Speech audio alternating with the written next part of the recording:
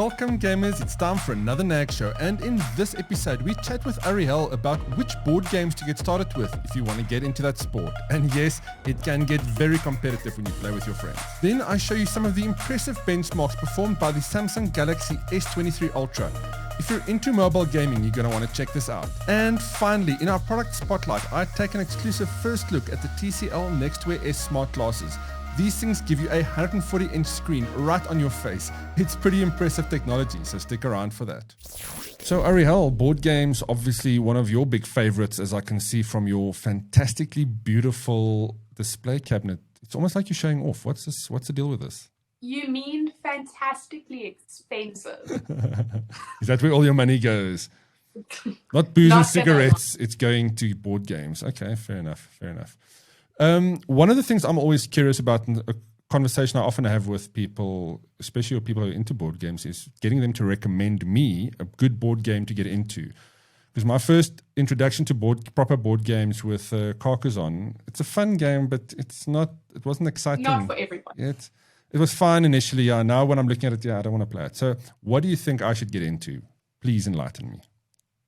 So I think like a lot of people have the same history as you do. I mean, Monopoly, Scrabble, maybe Rummy, depending on the house. And the Mad Magazine board game. Right? And then you get to the point that you're like, wow, this is really not fun. And you look for something else. But I mean, you have the old school, and then you have what's shown in media, Dungeons and Dragons. Yeah. And for any games in the middle, you really don't hear about it unless you're into board games already. Board games, am I right? Board. So two great recommendations and games that I bought to play with my mom, because my mom is a huge, I don't play board games. Board games suck person. Azul is great. If you have somebody in your life, or you personally love playing tile-based cell phone games, Azul is the game for you, right? Okay. Candy Crush players will love this. Oh, nice. That's good to know. It's pretty. The pieces feel good, and it has a very mobile game type mechanic. Easy to explain, easy to play, very competitive, great game. And what's the youngest you can start with that game? Where do you recommend people start? Literally, because there is no reading. And it follows a very simple, logical structure. It is a game that you could play with a 7-year-old. I mean, as long as they're not going to put the pieces in their mouth and choke to death, because no one wants that. It's a good benchmark, fair benchmark. Okay, cool. I'm pretty sure you can play it with them going up to if they're 90 years old. It's very accessible. Fantastic. Likewise, if you grew up in a house that played a lot of Rummy and you like card games, but you want to mix it up a little bit, you have games like Exploding Unicorns or Exploding Kittens. Ooh, yes, I've played Exploding Kittens before. That's a lot of fun. Think of it like Russian roulette in card format. So it's way more, where Azul is based on lateral thinking and logic. This is based on luck and knowing how far you can push it before it's no longer in your favor. But it's great. They're really accessible. Same with Exploding Unicorns. It's easy to learn rules, easy to play. You can play it with small children. You can play it with adults. And it just shows that board games can be fun. They don't have to be a 13-hour long game of Monopoly. And it's a nice alternative instead of sitting in front of a screen, right? 100%. Where can somebody buy board games? I mean, there's a lot of shops out there. I'm sure most toy shops have some board games, but where's the real place you want to go to kind of get the good stuff? So online for sure. No matter where you are in South Africa, online is where you want to go. We have some brilliant, dedicated retailers. So meepsandveeps.co.za, they're wonderful. Their packaging is so great. You won't regret spending money. Durbanville Games, Gargoyle Games, Grinning Gargoyle, Jix Hobbies, even Take-A-Lot. Although I would query people, if you want to buy board games like I did for display, Take-A-Lot is not your friend. you have no guarantee that your box is going to come in a square shape. Yeah, you see, that's a problem if you don't have a curated experience. They're a little bit risky, but everyone else, because they're dedicated to selling board games, they take the care, they take the effort. You are going to get a game that is pristine. Nice, and that's what you want. You want to keep it nice and tidy and out of grubby hands. Yeah. All right, excellent, Arielle. I'm going to be checking back because I saw some other names on that little bookshelf of yours behind you that I'm very curious about. You have written about some of them on nag.co.za, so if you guys want to go check it out, please go search for Boardgames and you'll find all of Arielle's interesting introduction into board games articles and games to play with a number of people. Thanks, Arielle. Slowly, I will make everybody as broke as I am, one game at a time. Well, yeah, let's start by observing your spending and then we'll just pick what works best for us. We've been playing with the Samsung Galaxy S23 for about a week now, and goodness is this thing impressive. This week we'll be checking out the game performance on this phone, and if you as a mobile gamer should be looking at this as your next upgrade. The key feature for this is the new Snapdragon 8 Gen 2 mobile platform for Galaxy. What makes this a Samsung exclusive chip is that it features an overclocked GPU and CPU compared to the regular version of this chip. In terms of performance difference, you can expect about 30% more performance on this one. When it comes to benchmark results, 3D Mark Wildlife Extreme produced a very impressive score of 3,836. Geekbench, on the other hand, produced a single-core benchmark score of 1,847 and a multi-core benchmark of 4,843. While its compute GPU score is 9,058. It's also worth noting that after hours of gaming, the Galaxy S23 Ultra did not heat up as much as I expected. The large screen is a joy to game with, and the resolution of up to 3088 by 1440 and its 120Hz screen is battery smooth and super crisp. When it comes to battery life, under normal usage, browsing, watching videos, some gaming and recording video, you'll get a full day of use. And that is pretty impressive. Of course, gaming non-stop will give you slightly less battery life, but that depends on the game you play. In terms of design and feel in hand, the Galaxy S23 Ultra's sharp edges actually feels much nicer in hand, and it's much easier to grip for those gaming sessions. Is the Samsung Galaxy S23 Ultra good for gaming? Well, the answer is a resounding yes, and this is one of the most powerful devices I've ever gamed on. If you want to squeeze every bit of performance out of your gaming smartphone, you may want to check out this one. Is it pricey? Yes, it's a high-end device, but of course there are so many other features on the smartphone that make it a fantastic digital companion, especially if you like to create content with your smartphone. Next week, we'll show you another impressive feature on the Galaxy S23 Ultra. So we managed to get our hands on the brand new TCL NXTWEAR S XR glasses, which stands for Extended Reality. These slick-looking glasses, when connected to a PC, smartphone, or game console, will throw a massive 140-inch screen on your face, allowing you to watch movies or play games without needing a real big screen. The project started as a Kickstarter and Indiegogo campaign, which is odd considering TCL is one of the biggest brands around. But I suspect this may have been a marketing exercise to gauge demand. Either way, the crowdsourced campaign was successful and came to an end late last year with the first production units sent to customers in December. Our review unit came via South African distributors Oristo-AR, who has been letting us play with a few other heads-up display glasses, and we'll be bringing more on those in the coming months. In the box of the NXTWEAR, you'll find a nice storage case for the glasses, various accessories and inserts, which are especially handy if you wear prescription glasses, and the cables you need to connect it to your device. There's also an optional adapter that you can buy to use these glasses with devices that don't support the NXTWEAR natively. These are devices that don't support a DisplayPort output on their USB Type-C ports. This includes iPhone users, some Android devices, and console gamers. But fortunately, there's an accessory for that. The TCL NXTWEAR S is comfortable to wear, even if I have to put them over my prescription glasses like I do. Yes, your eyes may need to adjust a little bit, and I did feel some eye strain at first, but that is due to wearing my prescription glasses when I use the NXTWEAR. Interesting to note is that these NXTWEAR glasses also have a TUV low blue light certification, which means it's easy on the eyes, especially when you want to watch Netflix in bed. To the untrained eye, the TCL NXTWEAR S looks like normal sunglasses, but you'll notice slightly thicker temples and a bit more bulk around the top end of these glasses. This is where the projection technology works its magic. Each eye features dual Sony OLED displays with a resolution of 1920 by 1080 when viewing 2D content, and a resolution of 3840 by 1080 when viewing 3D content. For 3D content though, you'll need to download the TCL Companion app. For audio, you can use either your Bluetooth earbuds to get a fuller sound experience, but the speakers included and built into each temple works very well and not easily heard by people around you. The front part of the glasses clips off with ease. They're held on by magnets and help darken the area behind the micro OLED displays. This is handy for bright lit areas where you want more clarity on the image. Removing this part also gives you better peripheral vision should you need to focus on what's in front of you. But no, this is not for playing games while driving. The TCL NXTWEAR works very well when watching movies or TV shows, and when it comes to gaming, really enhances your experience. With the NXTWEAR S, you can experience large-screen mobile gaming anywhere. I think this will work great for gamers who travel or those who cannot use a big screen where they live or game. And if you're into Excel spreadsheets, imagine the possibilities. We'll be sharing these with the NAG staffers to get their input, so check out nag.co.za for the full review soon.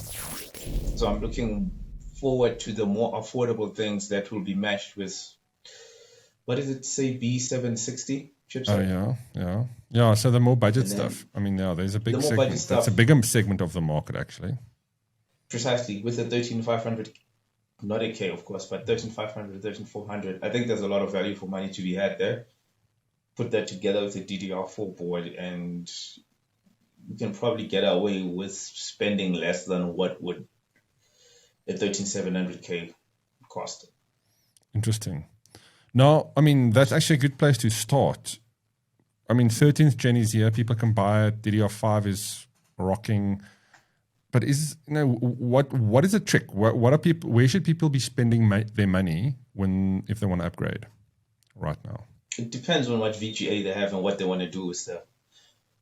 I mean, if you're going to be the kind of person that's buying RTX 4000 series, then you're going to be the same person who's spending money on a 13700K or 13900K because you have the money. Yeah, right? Yeah. But for everybody else, I think that if you want longevity in your system, you definitely want to go DDR5. I would say avoid DDR4 because you can't take it further with you. If you buy now, you spend $3,000 on DDR4, that's $3,000 is done. There's no more DDR4 platform after this one. So I mean, that's future-proofing yourself. But if you're a current DDR4 user, you still have some runway ahead of you before you have to upgrade that part of it. I mean, you can still use 13th gen. Yeah.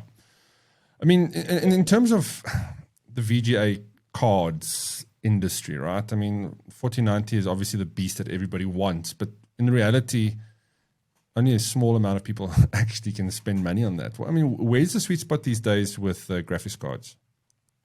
The crazy thing is that secondhand is where everybody seems to be buying because a lot of 3000 series, a lot of 6000 series from AMD side in the secondhand market. And I would even say they're still making RTX 3060s and 3060 Ti's that are still brand new. So that's plenty of value to be had there. And if you can afford the Intel stuff like the Arc A750, incredible value for money. I think the retail price at Woodware for that is under 5,500 Rand. Oh, that's not bad. And that gives you RTX 3060 performance. In fact, a lot of the times even faster, sometimes even faster than an RTX 2080. And XeSS seems to work very well. So I think Intel is a real alternative for casual gamers and people who are not going to be trying to play games from 2011 because, it doesn't do well with anything that isn't a DirectX 12 game. Yeah. Anything that isn't a DirectX 12 game. But I mean, again, if you know what you're gaming and you're playing the newer ones, you'll be fine. So when it comes to the RAM scenario, I mean, how desperate should people be upgrading? I mean, how quickly should people be upgrading to DDR5? Is it a need right now? I don't see it as one. Only if your budget allows. It's not something that's a need because even though, for instance, if you're using an RTX 4080, the difference between DDR4 and DDR5 is massive. No, like in my case, in fact, it was DDR5 to DDR5. Between DDR5 5600 and DDR5 7600, the frame rate difference was ridiculous. I went from 228 frames a second to 259. That's huge for just a memory upgrade. But the question becomes, do you care to play higher than 220 frames per second anyway? So I don't think it's necessary right now. But if you have the means to, and you are the kind of person that buys these very high-end GPUs, then go ahead, buy it. And what about the motherboards? I mean, because this is another contentious issue, right? Do you go super high end, and do you ever even benefit from all the the top end features, or is there a budget friendlier version that we should be looking at? Oh, there's definitely is a very good budget-friendly motherboard, in as much as it sucks to say it. The Aorus Elite AX Z760 is by far the best value for money DDR5 board on the market. There's nothing close to it. I think right now the price has gone down. It used to be just under $6,000. Now it's 5,800 or something. Wow, that's not bad. You will not find a better motherboard for DDR5 and 13th gen than that one at that price. Is that the one you did a video review on not too long ago? All right, cool. We'll put the link in. Right. We'll show some nice fancy B-roll. And then definitely. What else have you been playing with? I mean, me and all our readers are always curious because you seem to have a lot of cool gadgets, cooler than ours at least. What have you got at the moment that you're playing with? I've been playing with the RTX 4090. Wasn't really sure for when I published that review because, I mean, there's nothing I'm going to tell you about a 4090 you don't know already. Right? It is the baddest graphics card there ever is. In fact, it's so fast that you need DLSS 3 because CPUs are not capable of saturating the graphics card.